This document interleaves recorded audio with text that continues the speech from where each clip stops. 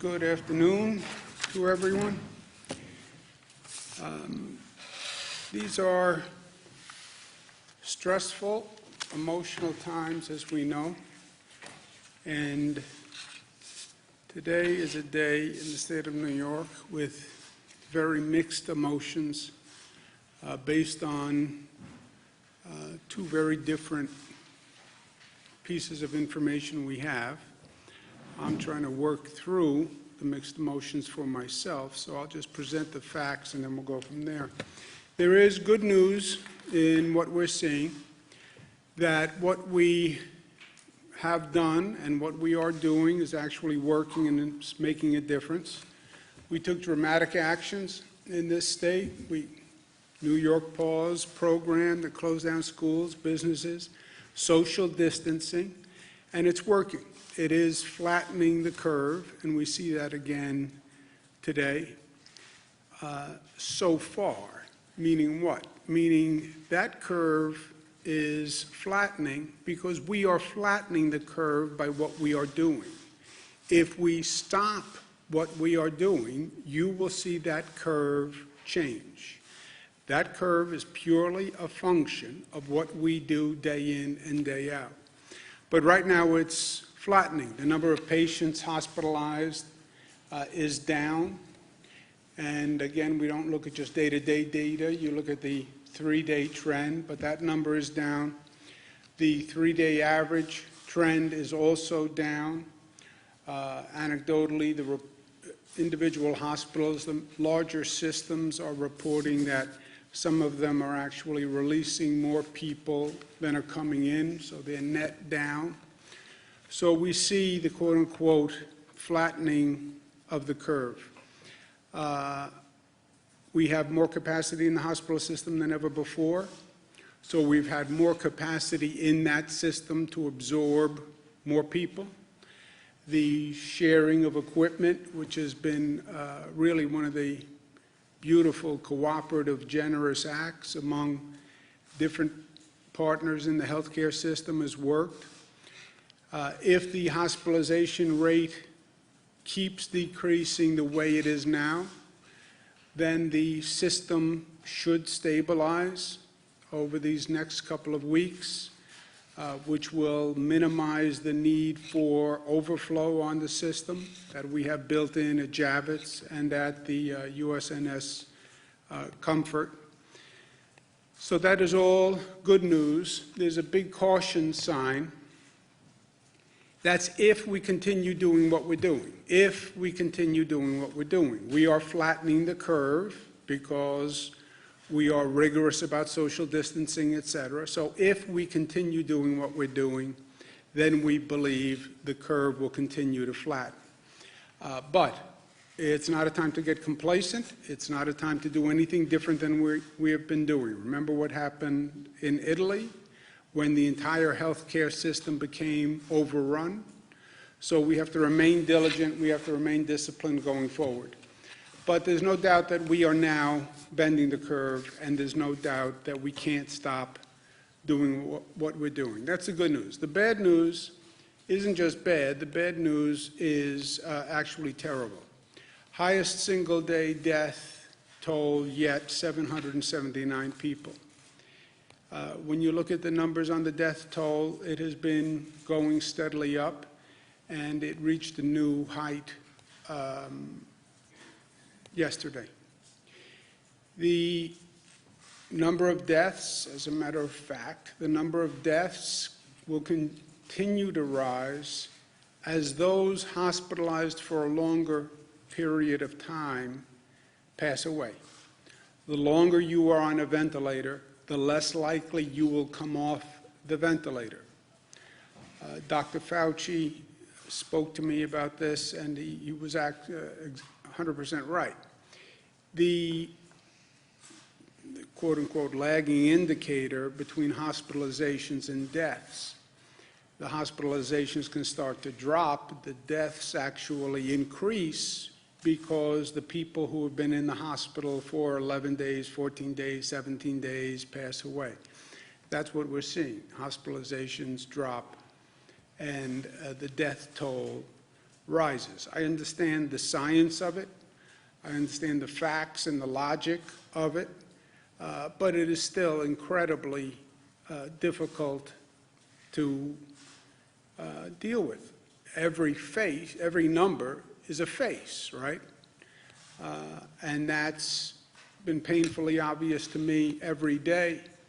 But we have lost people, many of them frontline workers, many of them healthcare workers, many of them people who were doing the essential functions that we all needed for society to go on, and they were putting themselves at risk, and they knew they were. Many of them vulnerable people who this vicious predator of a virus targeted from day one. This virus attacked the vulnerable and attacked the weak. And it's our job as a society to protect those vulnerable. And that's what this has always been about from day one. And it still is about. Be responsible, not just for yourself, but to protect the vulnerable. Be responsible because the life you risk may not be your own. Those people who walk into an emergency room every day and put themselves at peril, don't make their situation worse. Don't infect yourself or infect someone else so their situation becomes more dangerous. Just to put a perspective on this, 9/11, which so many of us lived through in this state and in this nation, 2,753 lives lost. This crisis, we've lost 6,268 New Yorkers. I'm going to direct all flags to be flown at half-mast in honor of those who we have lost to this virus. Big question from everyone, from my daughters, I'm sure around most people's dinner table. When will things go back to the way they were? I don't think it's about going back. I don't think it's ever about going back. I think the question is always about going forward. And that's what we have to deal with here. It's about learning from what we've experienced, and it's about growing, and it's about moving forward. Well, when will we return to normal? I don't think we return to normal. I don't think we return to yesterday, where we were. I think if we're smart, we achieve a new normal.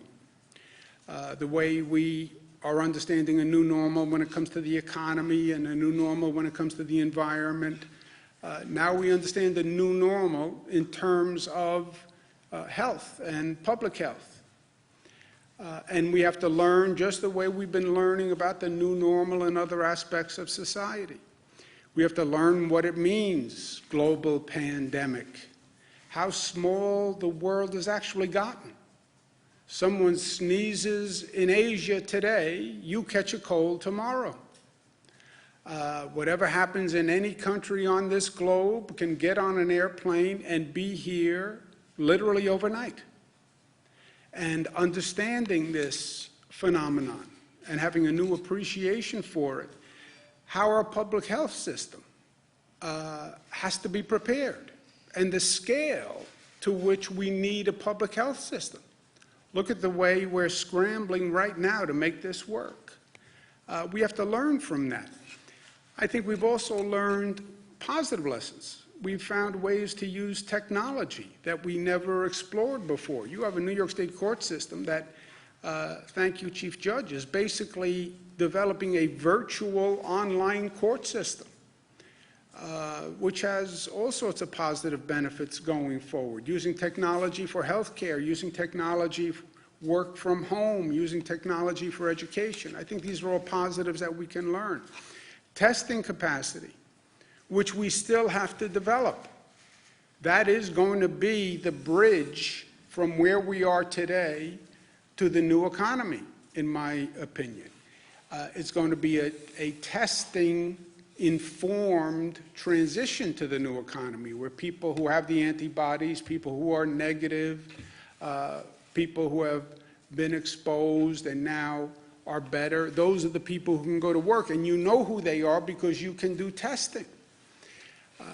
But that we've all developed a sense of scale over the past few weeks in dealing with this.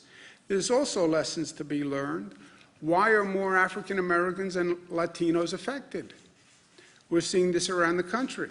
Now, the numbers in New York are not as bad as the disparities we see in other places across the country, but there still are apparently disparities. Why? Well, comorbidity, I understand that, but I think there's something more to it. You know, it always seems that the poorest people pay the highest price. Why is that? Why is that?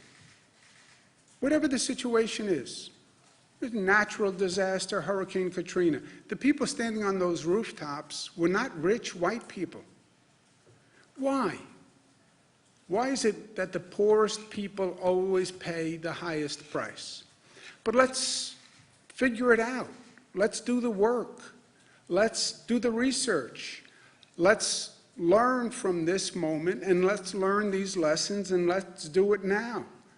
We're going to do more testing in minority communities, but not just testing for the virus. Let's actually get research and data that can inform us as to why are we having more people in minority communities, more people in certain neighborhoods. Why do they have higher rates of infection? I get the comorbidity. I get the underlying illness issue. But what else is at play?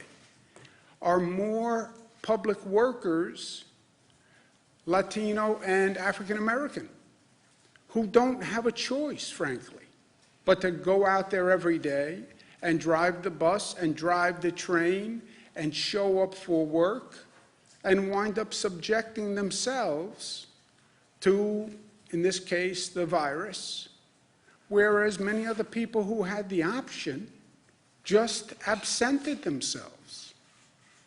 They live in more dense communities, more urban environments. But what is it? And let's learn from that, and let's do it now. I'm going to ask our SUNY Albany chief, Dr. Javidan Rodriguez, to head an effort to do it right now.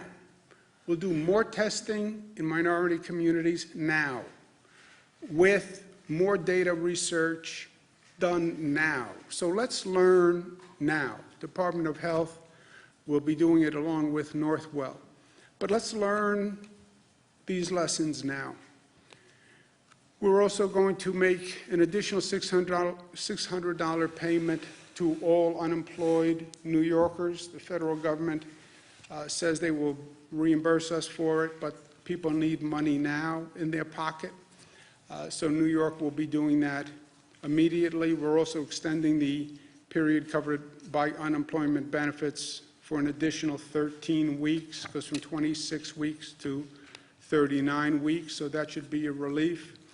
On voting, I've seen lines of people on television voting in other states. This is totally nonsensical.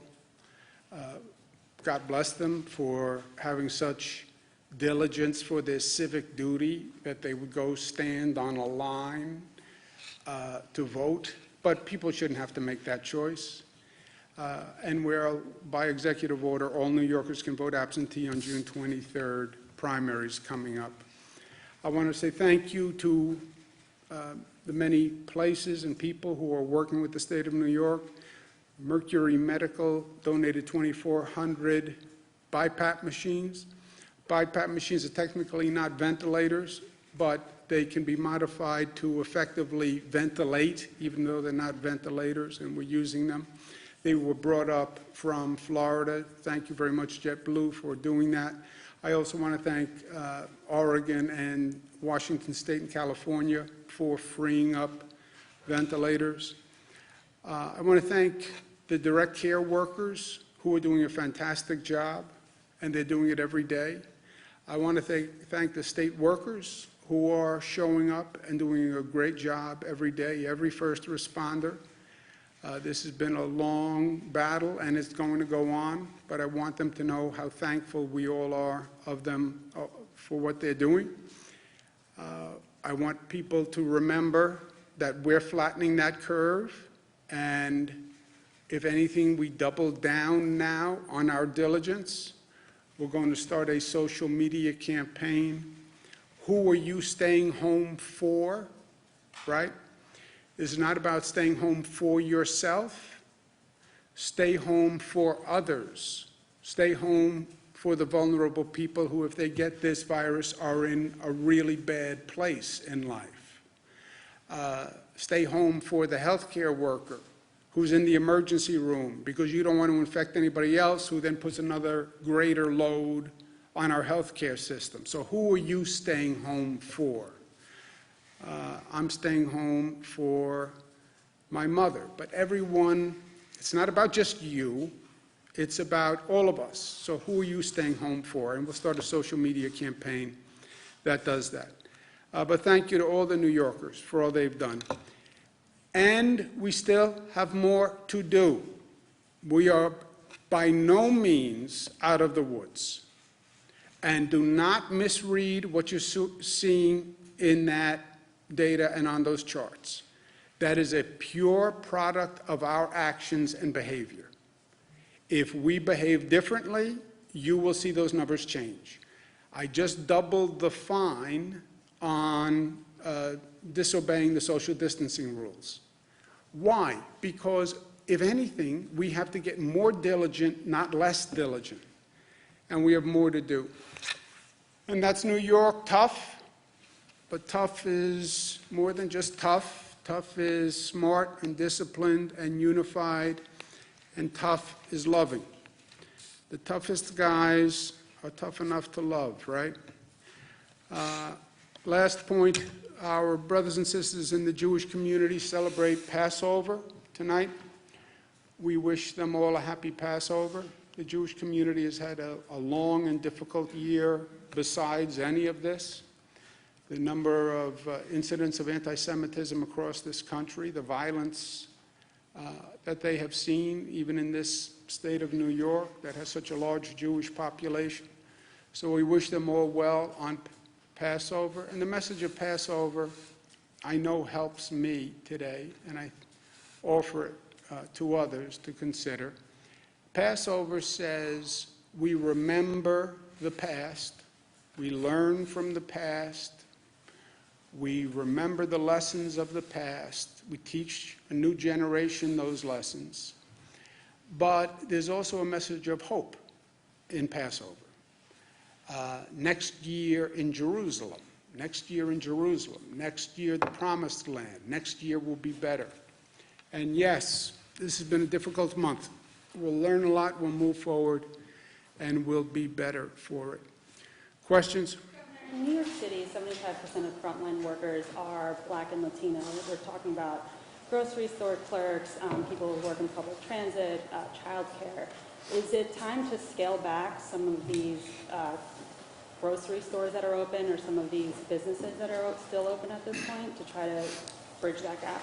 Yeah, the question is, many of the essential workers, public workforce, tends to be African American and Latino. I think that's probably right. I don't know the statistics, but I think that's probably right. I also believe the frontline workers do have a greater exposure than most people. I think that's one of the things we'll find when we do this research on why is the infection rate higher with the African American community and the Latino community.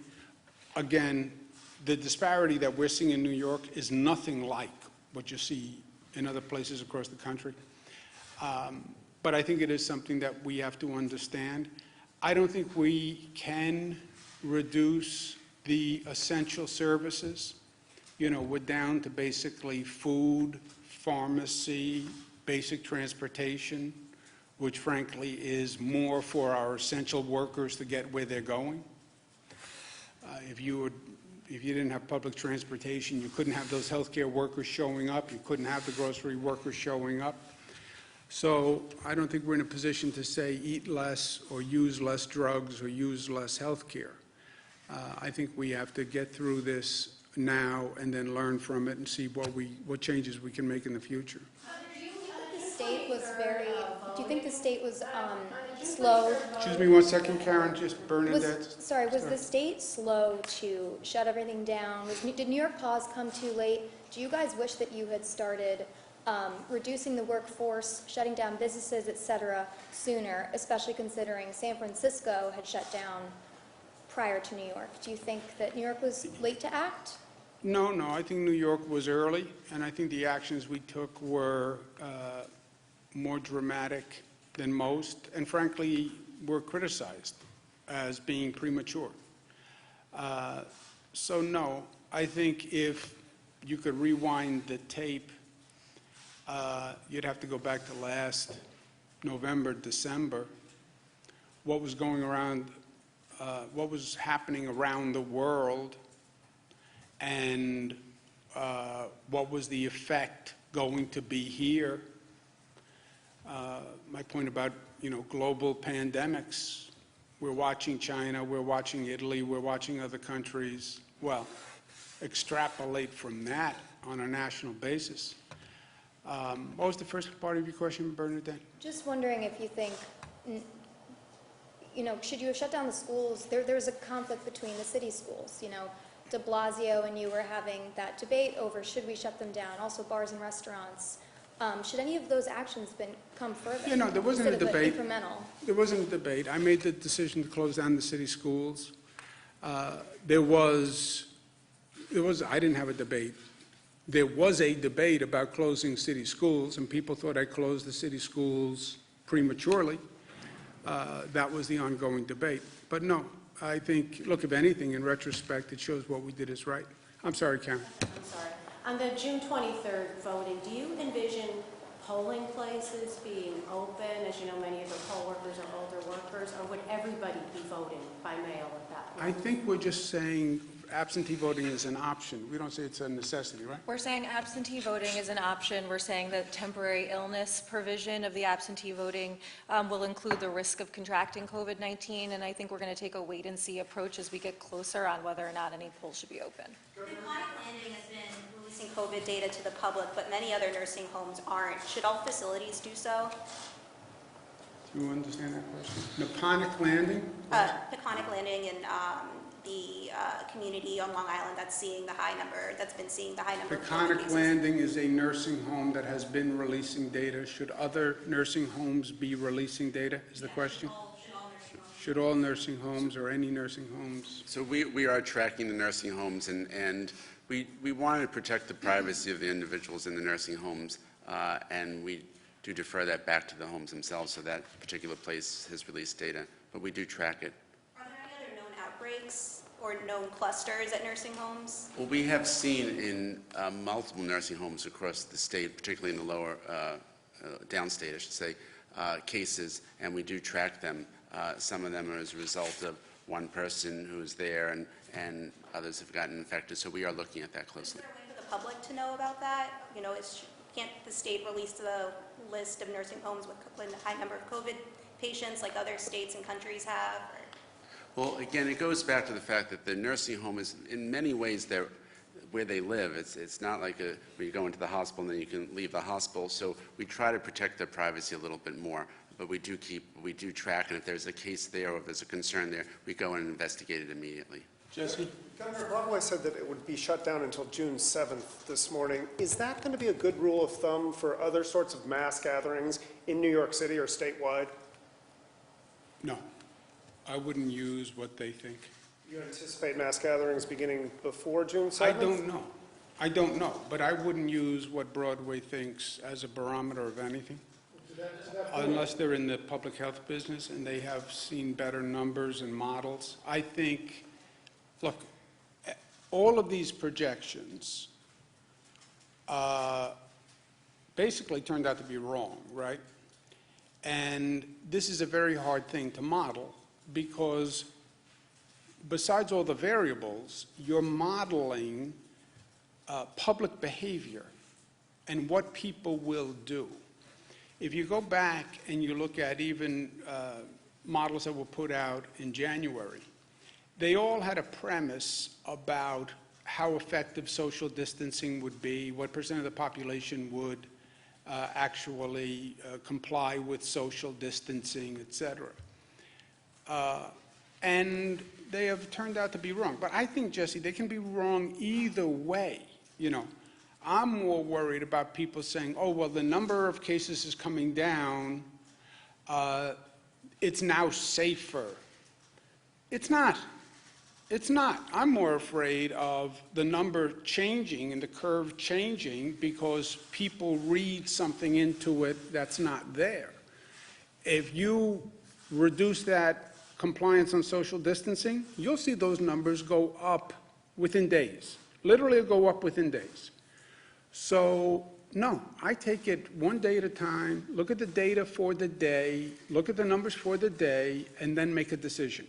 Well, 2 weeks, look, we only went to April 29th, right, with the school closing. We extended everything until April 29th on the school closing, New York pause. Even that's a projection.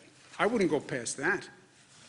Yeah, but what about other areas of the state? We obviously see concentrations on Long Island, Edstada, Downstate, and Hudson Valley, but there are other places where we haven't seen these cases. Do you foresee opening schools, opening non- You haven't seen these cases yet, Jimmy, and be careful of tense, and be careful of counting our chickens before they hatch.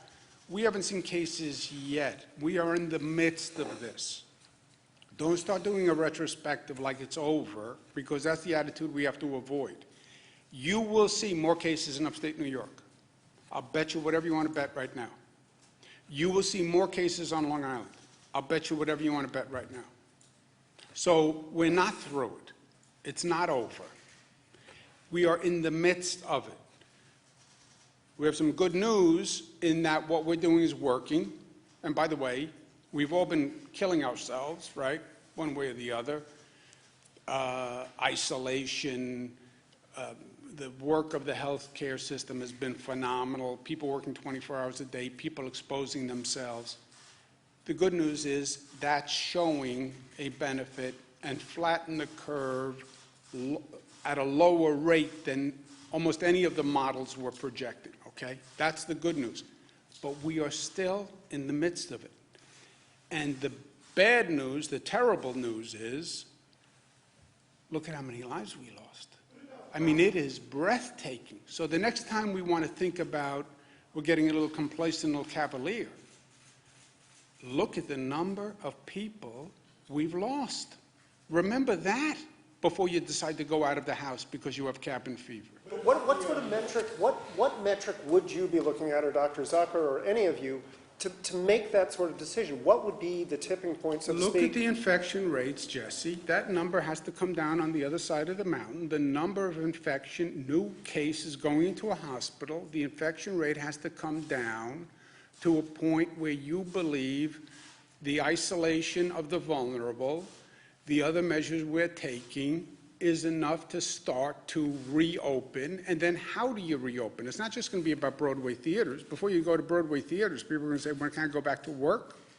When can I go back to school? When are the other essential services going to open? You know, before they go to a play, there's going to be a lot of other questions that they're going to ask. And that's going to be a function of numbers. Frankly, I would like to do that on a regional basis with Connecticut and New Jersey, because this is a regional workforce. So I stay very close to Governor Murphy and Governor Lamont on those decisions. I don't believe in these geographic distinctions in these situations, right? There is no New York City. There's New York City, there's Nassau, there's Suffolk, there's Westchester, there's Rockland, right? The virus doesn't stop at a border, and these decisions are regional in nature. So now, Broadway obviously is a microcosm, but the overall decisions are all in a regional context, and I think it's going to be the numbers, and when are the numbers low enough that it is safe? But that number necessarily wouldn't need to be zero, is what you're saying. It could just be low enough Yes, that... yes. I don't think it has to be zero. I don't think it may never be zero. It may never be zero. And you have to watch this, when will we go back to normal? You think there's ever going to be a morning that I wake up again in my life not worried about this in the back of my mind? You don't think we're all going to worry about now, is there a second wave? You don't think we're all going to worry about now when somebody sneezes in Asia, how long until that cold comes here? No, but I would not, zero, I don't know that we ever get back to zero. Doctor, you want to mention something? I concur 100%.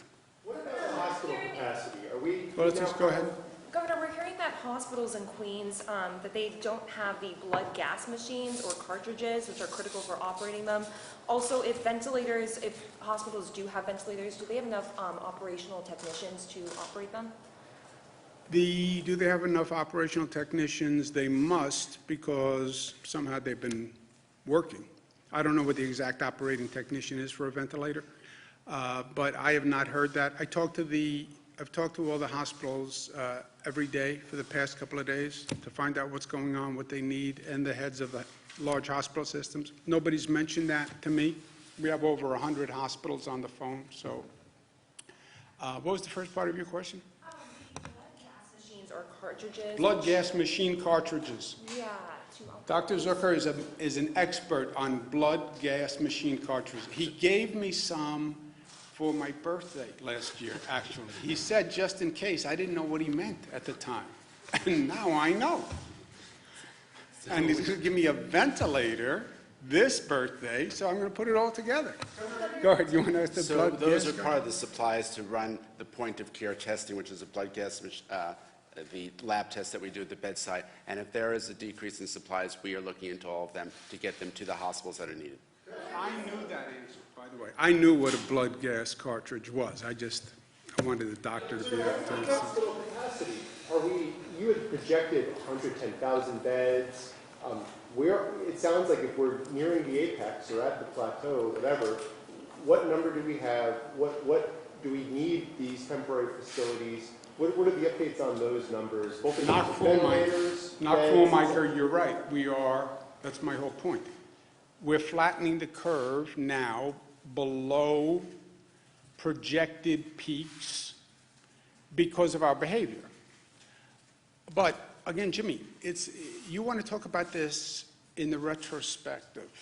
There is no retrospective. You're in the middle of it. If you walk in front of traffic on the way home, yes, you're young, you may have a different life expectancy based on your action. We are in the middle of it. I'm not going to say to anyone, right now you've seen a little flattening. That's all you've seen.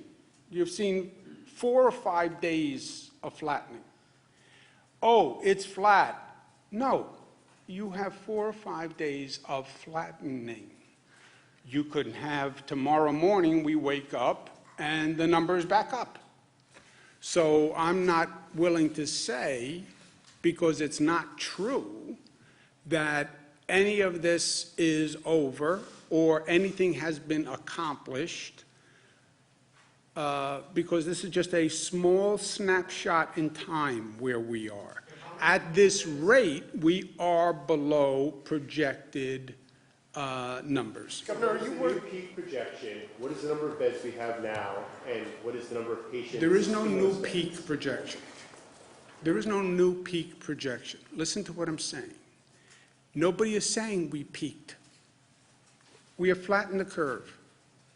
For this period of time, if you continue doing what you're doing, might one think the flattening would continue? One might think that. But nobody knows. Nobody knows. Are you worried about undercounting in terms of people that may have died at home and not been diagnosed with COVID-19? I think that's a very real possibility. And have you given any thought, or has anyone? We're looking at other models of counting. But I don't know. No, I have no idea. The question is, if people died at home, might you not have those numbers because they would only come from basically a funeral home? We're looking at other models because right now, most of the data we have comes from hospitals and major institutions, nursing homes. So there could be a deviation, no doubt about that.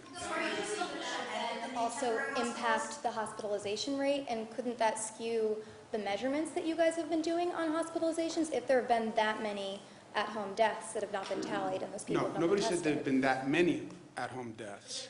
Just a question, could there, yeah, there've been, well, people have said there may be people who have died at home who have not been counted. That is a possibility, right. That would never affect the hospitalization rate, because the hospitalization rate is the number of people who walk into the hospital, right? That is different than the number of people who have passed away. Right, but if people were dealing with this illness at home and perhaps they had symptoms that would have been treatable, or it would have caused them to go to the hospital. So, like it's confusing because if people are in the hospitals, right, but if someone's at home because they can't go to the hospital, Well, you're how right. do you If someone equate? never went to the hospital and just stayed at home and passed away at home, they would never show up in the hospitalization rate. They would show up in the number of deaths. There might be, Jesse's point, there might be a lag in the number of deaths because we haven't fully aggregated all the data from all the different sources. That's possible. I don't know if it's going to be meaningful statistically, but it's possible. So, One more. Are you moving ahead with a temporary hospital? can I just, I'm sorry, Jim. Thank you, Governor. Governor, there is an emergency room physician in New York City, and I'm sure Dr. Zucker would want to comment on this too, who says he's seeing a very high percentage of patients, maybe 70%, die who are put on ventilators. He's thinking the approach is all wrong. We need to rethink the protocol, that these patients might not need the ventilators. They might need oxygen instead. So I think, I can't comment on exactly what they're saying, but the fact is when someone shows up in the emergency room, there's a handful of things that are going to take place. One is the oxygen is an initial therapy that someone needs, but the fact is that if someone's respiratory status gets worse, they're going to need respiratory support. The real question may be, is there other interventions that one can do? And we are looking at what other possible therapies would be out there that could possibly be given earlier, and that's all experimental. Is it possible the ventilators might be doing more harm than good? So the issue with ventilators in general is that if someone goes on a ventilator, and the government has spoken about this before, about how long people stay on the ventilator, the longer you stay on the ventilator, you end up potentially causing damage to the lung. It's a pressure that's being pushed into your lungs, and you're constantly putting pressure into those little air sacs in the lungs. It can damage them, and the high levels of oxygen also can damage your lungs. But the fact is, it's what's called the catch-22 in a lot of ways, which is where you need the ventilator, but if you're on it a long time, it can cause harm. That's why you try to get them off as fast as possible. Is this why it appears Boris Johnson's being treated with oxygen rather than a ventilator? Excuse me? Or in Great Britain? I can't comment on his case, but obviously, because I don't know the information. But when someone comes in, the initial thing to do is to give someone oxygen by mask, and if someone gets worse, then you end up intubating them. What's happened with these patients is that they get worse relatively quickly, and so there's a lot of interventions that have to happen relatively quickly as well. Yeah, I'm not a medical doctor, obviously, but look, nobody wants to put people on the ventilator. I've discerned that much. And I think you're right, the percentage of people who go on the ventilator who never come off the ventilator is incredibly high. I've even heard like closer to 80%. I don't think the ventilator is doing that. I think that's why they're on the ventilator. They're doing the ventilator as basically a last resort. So when they put you on the ventilator, it's because everything else has failed, and that's why the mortality rate is so high on the ventilator. And that's what we're seeing here. That death rate is going up because it's the people who have been on a ventilator 7 days, 10 days, 15 days, and they're passing away. So when we had that big increase in hospitalizations about 10 days ago, 2 weeks ago, that big spike in hospitalizations, what we're seeing is the people who went into the hospital on that day, 10 days ago, 12 days ago, who didn't get better, who was put on a ventilator, is now passing away. And that's what's driving this death toll. And look, that number, what's even making it more depressing and distressing, that death toll probably will be this high or near this high or even higher for the next several days, because it's the coefficient of the high hospitalization rate from 2 weeks ago or so. So when you get up tomorrow morning, the news could be just as bleak. And that's why I'll end where I started, mixed emotions. We are flattening the curve. Thank God. Thank God, thank God, thank God. And thank a lot of good people who have been working very hard. That is a moment in time. Don't get complacent. It's what we're doing that's working. Keep doing it. That's the good news. And that good news has a big caveat. We're still in the midst of it. Don't get complacent. You start acting different, you'll see that number change in 27 minutes. That's the good news. The bad news is we have had a record number of deaths. I mean, I went through 9/11. I thought in my lifetime I wouldn't have to see anything like that again. Nothing that bad, nothing that tragic. I remember the number of funerals after 9/11. I remember the grief after 9/11. That this should literally eclipse that in terms of numbers of dead in this state, it's almost unimaginable to me. Then how do you square those two things? We're making progress. We lost more people than ever before on a single day. Okay, I'm going to work. Thank you, guys. Temporary hospitals outside of job needs to cover across the state? We are not building more. We're still maintaining them. We are still in the midst. Don't get overconfident. Don't get complacent. We're still in the midst of this. This can still turn any way from Sunday. Governor, have you spoken to Gavin Newsom in California about a possible consortium to buy medical supplies? I have not talked to him about a possible consortium, but it's one of the things the National Governors Association is talking about.